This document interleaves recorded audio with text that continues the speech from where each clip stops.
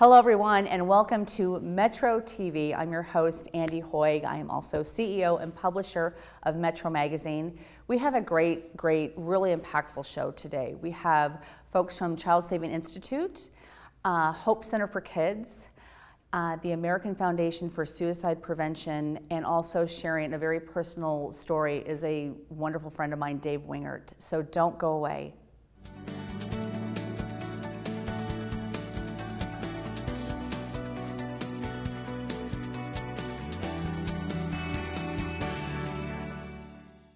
Welcome back. I am here with a very dear friend of mine, Dave Wingert. He is a media, radio personality, actor extraordinaire. Sure. Has been kind of coming in and out of the Omaha community for a few years, but you've been back for how long? About 11 years now. Okay, 11 years, Yeah. Oh my goodness. But I have Dave on the show today. As many of you know, it is Suicide Prevention Awareness Month. And just knowing Dave over the years and, knowing your relationship and how suicide has kind of come in and out of your life at a very young age with your father. Mm-hmm. So, and thank you for coming on and talking about this. It's really personal. I mean, it is personal. Yeah. I love talking about it because you reach a certain age where there's nothing to lose, and the more authentic you are, I'm learning that it helps people. Yeah. You had a guest on earlier, and you talking about that more people are feeling more comfortable talking, because it's very awkward talking to someone who's going through thinking about suicide. Yeah. And whenever I read about teenage suicide, it's just the saddest. Yeah. Yeah, when I was in college at Ohio University and found myself in broadcasting, my mother said to me, we were just taking a walk, and she said, "Oh, that's what your father did." And this was the first time she brought that subject up. And, Wow. and the father that I knew was Abe Wingert, who was a dry cleaner. And I said, "Who are we talking about?" And it was one of those moments, Andy, that you never forget. I don't think she did it quite appropriately, but she said, "Yeah, your father was in broadcasting and theater. And so what happened to him?" I asked, and she said, "Well, he came to the hospital the day you were born, saw you, went home and killed himself." Oh my goodness. Oh my goodness. Yeah. So I was to learn later that that was kind of inappropriate, but now I see it as a blessing. It still makes me sad on my birthday. I've heard a lot of melancholy. Yeah. But whenever I'm driving to the radio station in the morning or about to go on stage, I say, "Thanks, Dad. Thanks for the talent," right? But I have, since I moved back to Omaha, gone through 2 bouts, as you know, with, oh my God, severe anxiety-laced depression. Right. And when you go through that, it makes sense. It makes sense. You hear people say, "The world would be better off without me." Right. That's what you're feeling at that time. Yes. And you go to professionals, you're a family doctor, and he'll say, "Are you thinking about it?" I said, "Yes, definitely. So I need a little help here." This past time was the best, the one I went through about 5 months ago. Yeah. Because I decided to just grab everything by the horns and say, okay, I need a really good psychiatrist who will be in charge of my meds, and I need a good therapist. Yeah. I need to talk about it. And friends really helped too, because I'm one who will call up friends and say, "I'm having a really rough time. I don't feel badly about discussing it." Absolutely. And I think too, I think a lot of us, and I've had, thoughts and issues with that, which I won't go into right now, but, that's kind of been in and out of my life.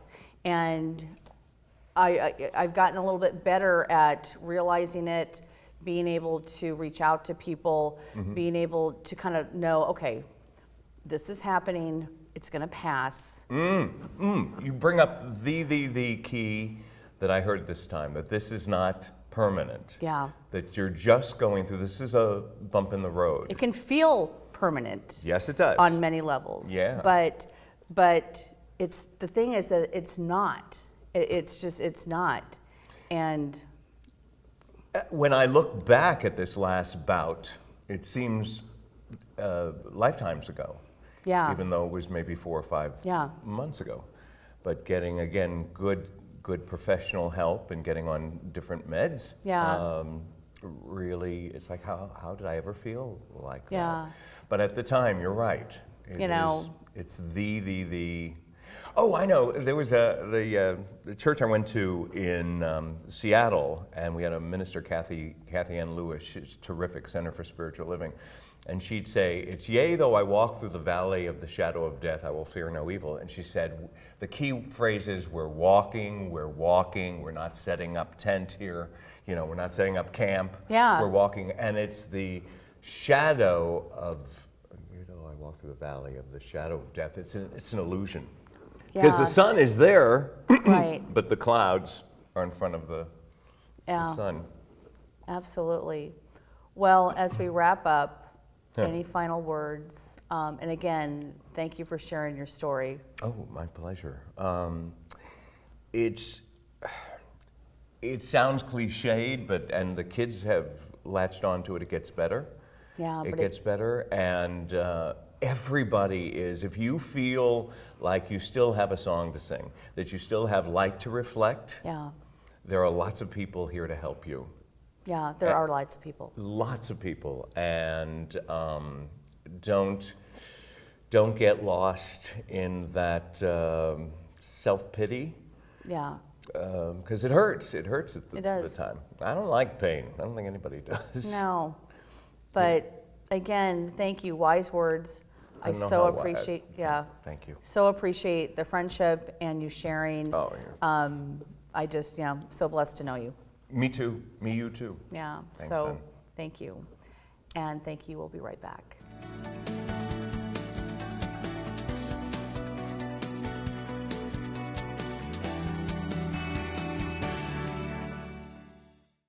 And welcome back. We have Jen Moffitt here with us today, or I should say with me today, from the American Foundation for Suicide Prevention. You're in the Nebraska chair. Jen, thank you so much for joining me. Thank you for having me. So yesterday was kind of a big day. So tell us a little bit about what happened. So yesterday, we were invited to the Capitol to attend a proclamation signing ceremony with the Lieutenant Governor, and Governor Ricketts signed a proclamation that making September Suicide Prevention Month in Nebraska. And he's done that for the last several years. So we're just glad for their ongoing support and raising awareness for the cause. Absolutely. So tell us a little bit about what you do. I know this is national, but for Nebraska, kind of what is your focus? What is your mission here in Nebraska? Yeah. So our mission as an organization is to save lives and bring hope to those affected by suicide. And that's both a national mission, of course, our mission here in Nebraska. Specifically in Nebraska, our focus this year is to really make sure we're a statewide chapter. We cover the entire state. And so we're really trying to broaden our reach and make sure we're reaching as many communities as possible. And this year we were able to up our community walks, which we have in the fall. They start on National Suicide Prevention Week. We kicked ours off. Scottsbluff was on Saturday the 8th, and then the Omaha Walk was here on Sunday the 9th of September, which was the beginning of National Suicide Prevention Week. And we have our community walks where we bring the community together for an event where they show support to one another, for those who have lost someone to suicide, as well as those who are struggling with their own mental health and need to see that they're not alone, that there are people out there, there's a community out there that supports them and is encouraging them to keep going and to keep in the fight. And I mean, I've been to several of the walks. It's just so amazing. And I know at our annual big event, your organization was actually honored with one of our MAD 25, which is making a difference for 25 years. We had a walk that we honored, and I was just so amazed when I was at that walk, and there's the tragedy piece around it, but there's also all these people out there walking for their loved ones, and the energy was just really beautiful amidst the tragedy of what, you're there not because of something, that's in a good light. But I was just so honored to be there and got to talk with a lot of the families. So I know the walk piece of it is really, really important, and just a beautiful way to celebrate and honor people's lives. Yeah, they're very powerful events. No matter which community they're in, they're all very different depending on what community you go to, but they're all very powerful and very meaningful to those people in the community, and I hear that over and over again, which means a lot to us. It's also our primary fundraising event, all of our campus and community walks. The campus walk was the one that was honored at UNO, Yes. which was incredible. Yes. They did an amazing job, and UNL has one as well. But our community walks are our fall events, and they are our biggest fundraiser. But we do so many other things too. Our role is to help those who are currently struggling with mental health. Our role is to educate the community and make communities that are smart about mental health, so that people can learn what the warning signs are, what the risk factors are, and they can learn how to have conversations with each other when they're worried about someone who may be feeling down or struggling with their anxiety or their bipolar disorder, and letting them know that they have a support system, someone that's going to listen to them without judgment. Absolutely. And in your role here in Nebraska, or what you're seeing, are you seeing more people reaching out? Are you know, I think it's becoming a bigger, people are being more aware of it through media, or it's more prevalent than it has been in the past. The good news is that people are talking about it more. We just did a poll. There was a Harris poll done by the national organization that now shows that 94% of Americans are willing to talk to a friend or a loved one that they're worried about. And 94% of people feel comfortable doing that. But we are still seeing that, well, then what do I say? What do I do? So we have a new social media campaign called Seize the Awkward. That was done in combination with the Jed Foundation and the National Ad Council, and it's all on YouTube. It's all done through social media and social media stars. So it kind of gets that 16 to 24 age group, people that they recognize and understand, and they talk them through how do you have that conversation? How do you start that awkward conversation with someone that you're worried about? Right. So how can people find that? So they literally go to seizetheawkward.org. Okay. So I know those are hard words to spell, but seizetheawkward.org, you can search for it on YouTube. You can just go to the website itself, and they'll find all the videos and kind of all the how-tos that are on there. Seizetheawkward.org. Yes. Okay. I'm actually going to push that out through our website, both the Metro Magazine and my personal page. So for people just in Nebraska, I mean, how can we find help here in Nebraska?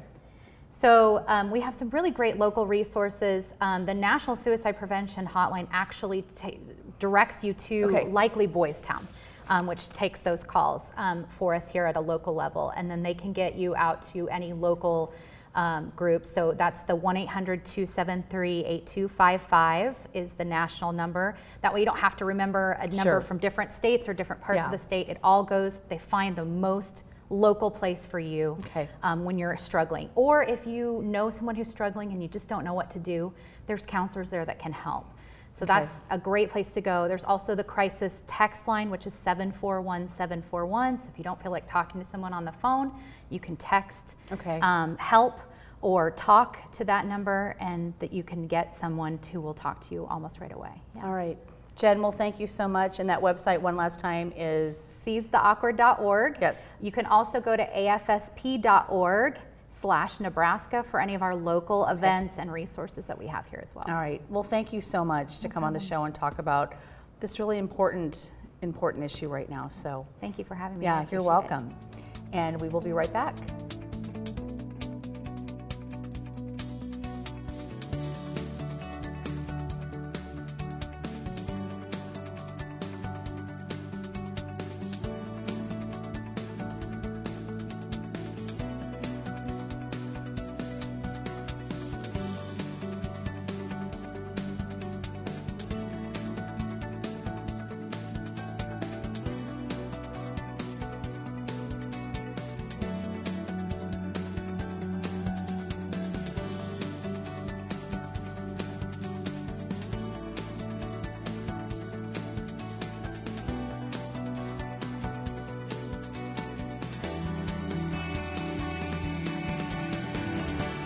Well, welcome back, everybody. I'm here with Jason McGee. He's with the Hope Center for Kids. Jason, welcome, and thank you for being with me. Absolutely. It's a pleasure to be here. Thank you. So the Hope Center for Kids is celebrating 20 years, correct? Absolutely, yes. A big accomplishment. So tell me a little bit about the organization. Absolutely. So the Hope Center for Kids, like you said, 20 years of serving young people, children, youth, and families in our community. So we are an after-school program that goes year-round, and really our goal is to inspire hope in the lives of young people. And we do that through 4 things: faith, collaboration, education, and employment. I'm going to get a little bit more specific into the programs, but tell us how this all started. You know, how did this all began? Yeah, so we were founded by a local youth pastor by the name of Ty Schenzel. And so a little over 20 years ago, he was really captured by the stories of young people in our community that either through abuse or neglect or having to overcome issues of poverty, gang subculture, drug subculture, all these things that communicated hopelessness, that young people were resigning themselves to hopelessness and really not seeing a way out of their tough situation. So he really had a heart to go and really love on those young people, provide support to the community and to the kids and families. And so his heart was to generate a place where that type of hopelessness could be overcome by hope. Absolutely, absolutely. And he continued on with the Hope Center for Kids. Unfortunately, there was a tragedy a few years ago. Can you just speak briefly about that? Yeah, absolutely. So after 16 years of serving as the executive director and our founder, after Ty had transitioned out of his role at the Hope Center for Kids shortly after, he and his wife and one of our volunteers were tragically taken in a car accident that occurred in South Dakota. So that was a very tough time for all of us at the Hope Center. It was a tough time for our community as a whole because that couple had really touched the lives of so many, including our young people. Yeah, and his wife's name was Terry, correct? That is correct, Terry Schenzel. And I just think they brought so much to the community. And I remember that. I just remember that moment when I found out in August a few years ago. So, but the exciting thing, and I guess the inspiring thing about all of that is you have an event coming up here on the 5th, 6th. That's going to be October 5th, Friday. October 5th. Yes. And who are the honorary chairs? Yeah, so the honorary chairs this year, our 20th anniversary gala celebration is going to be the Schenzel children. So they have 4 adult children, and they're going to be our honorary chairs at this event. Yeah, and you know, I think as difficult it is for them, I can't even imagine, but to really show up and as honorary chairs and just say, you know, they're so behind. They kind of, to me, exemplify what the Hope Center for Kids is all about. They're just amazing, amazing human beings. Absolutely. And so where's the event at? So it's going to be at the CHI Center. Yes. Downtown, Yeah. Formerly CenturyLink. Yes. And it's going to be down on October 5th, Friday. So the doors will open up for a pre-event celebration at 6 o'clock, and the event starts at 7 o'clock.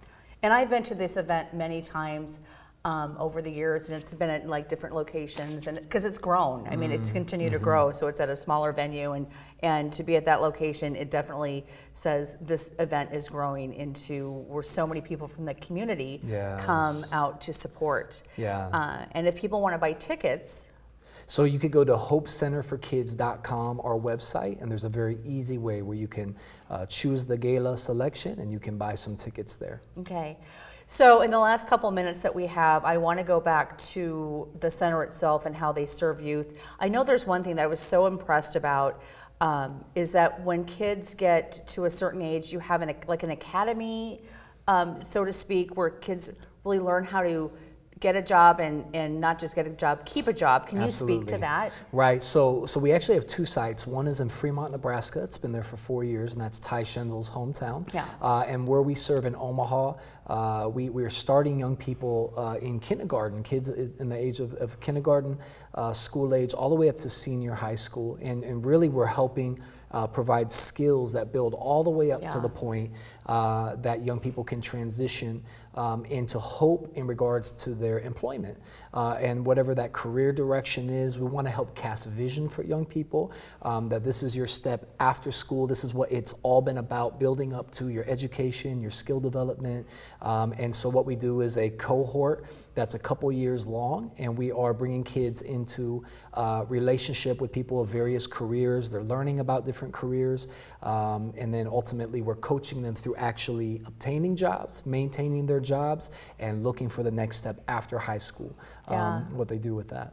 Which is so important. So thank you so much for coming on the show, talking about just the important work that the organization does, but this really significant kind of milestone event, the 20th anniversary Hope Center for Kids Gala. Again, last time website to go buy tickets. HopeCenterForKids.com.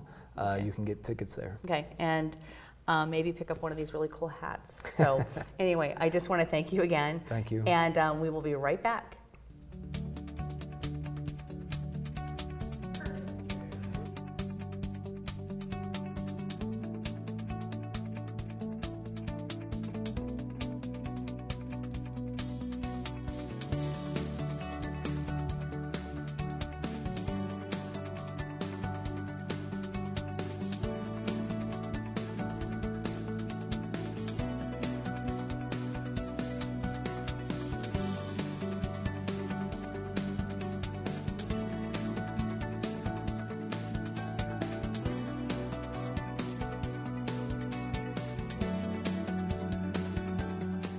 And welcome back. I'm here with Anna Willie. She's with the Child Saving Institute. Anna, thank you for joining me today. Well, thank you for having me. It's wonderful, wonderful to be here. Yeah. So let's talk a little bit about, we've got a big event coming up, but let's talk a little bit about the Child Saving Institute and exactly what is it, the mission of the organization. Yes. So our mission is responding to the cry of a child. We do that with 14 different programs, ranging from therapy to foster care to adoption. We also have an emergency shelter on site. So a wide variety of programs, all kind of interacting with children and families. And let's talk a little bit too, because it's the foster care and people, you have these kids coming in, can people, how do you connect with the foster parents? I mean, what's the process of all that? Yes, so right now we have, and I should say we've always had a need for foster parents. We're always in need of recruiting foster parents. That consists of them, they'll attend an 11-week class once a week.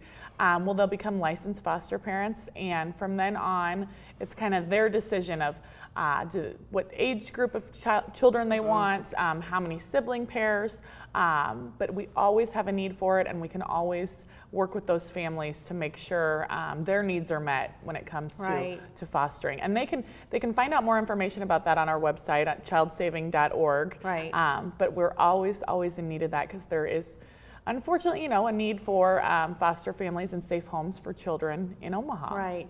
And I also just want to chat a little bit, once a child transitions out of the foster care system, and is that 18 years old? 19 years in Nebraska, old. yes. And if they don't, if they haven't been adopted into a family, you have a lot of young adults that are looking for forever families, because once you get out of that, there's, you don't have families to spend holidays with, or you don't have families to, when you're going through major life experiences, to communicate with. So you help with that, you look for forever families? Yes. So we have children in our Nebraska Heart Gallery starting. We have infants up to the age of 18, and those children all need forever homes. Their parental rights have been taken away. The parents have taken away their parental rights, and those children are put into foster homes. Once they do age out, if unfortunately they do not wind up in a forever home, we have a program called Independent Living Skills, and we work with those children to help them get into college, find jobs, find housing. We do everything we can, because once they turn 19, they're on their own, and that's our goal, is to have that support system for them. That family support system. Yes. Okay, so let's talk about personalities. The event coming up here in October. Yes. And it's purse, meaning Purse. Yeah. PUR, not purse. Yeah. So October 18th, Hilton Omaha. It's our personalities event put on by our Child Saving Institute Guild. It is one of my favorite events. I Yeah. know I'm biased, but all the silent auction items are purse themed. So whether that be we have a Louis Vuitton bag, or we even have a diaper bag with goodies in it for children, all sorts of price ranges. All the money goes back to the Child Saving Institute. We also have an amazing speaker. Her name is Laura Schroff. She wrote a book called An Invisible Thread about her meeting a homeless child on the street of New York and her developing this lifelong relationship with him. So amazing speaker. But of course, I brought the best of all. We have a raffle. Yes, bring it up, bring it on up. So yes. Borsheim's was fortunate, we gosh. are fortunate enough to partner with them. They have donated this Judith Lieber bag that I'll let you take a look at it. Yes. Can I touch it? Oh my gosh. This is like so beautiful. I don't know where I'm looking, but it's just so, it's so me. Oh my gosh. Yeah. And raffle tickets, they're $20 each or 3 for $50, and the winner, all the proceeds go back to Child Saving Institute. Yeah. So And this is like a value of how much? $1,995. So this is a thank you, Borsheim's. a beautiful bag. Yes. And me and my friend Melissa Marvin, I think we were honored. I can't remember how long ago. It might have been I want to say it was about 10. It was probably about 10, because this is our 12th year, and I want to say it was about 10 years ago you guys were honored. It was a long Actually, time. yes. So I mean, I just have a long connection and relationship with this event, and it is so much fun. The speaker's going to be awesome. Yes. If you go out and you bid on purses, but it's just a great way. I mean, both women and men getting together to celebrating Child Saving Institute and supporting the organization. So if people want to buy tickets. Yes, that's a great. People can buy tickets via our website, again, www.childsavinginstitute.org. On the events page, they click on personalities and it'll take them right there. October 18th, again, that's a Thursday. That's coming up in about a month. Yes, so great way to spend your lunch. Right, Come back with some goodies. Can I hold the purse Oh my one more gosh, time? yes. Okay. Great. Well, Anna, so great to see you. Thank you for joining me. Having me. And come Thank you. bid on this great purse and buy tickets. But Child Saving Institute, what a great organization. Thank you. So, And thank you for supporting us. you're welcome. So Thank you. thank you, and we will be right back.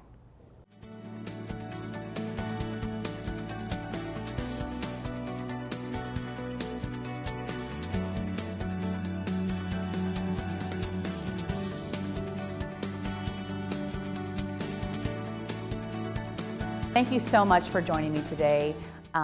You can learn more about Metro Magazine at spiritofomaha.com. We'll also have past shows at spiritofomaha.com available as well. And wishing you all a great week, and we will see you back next week.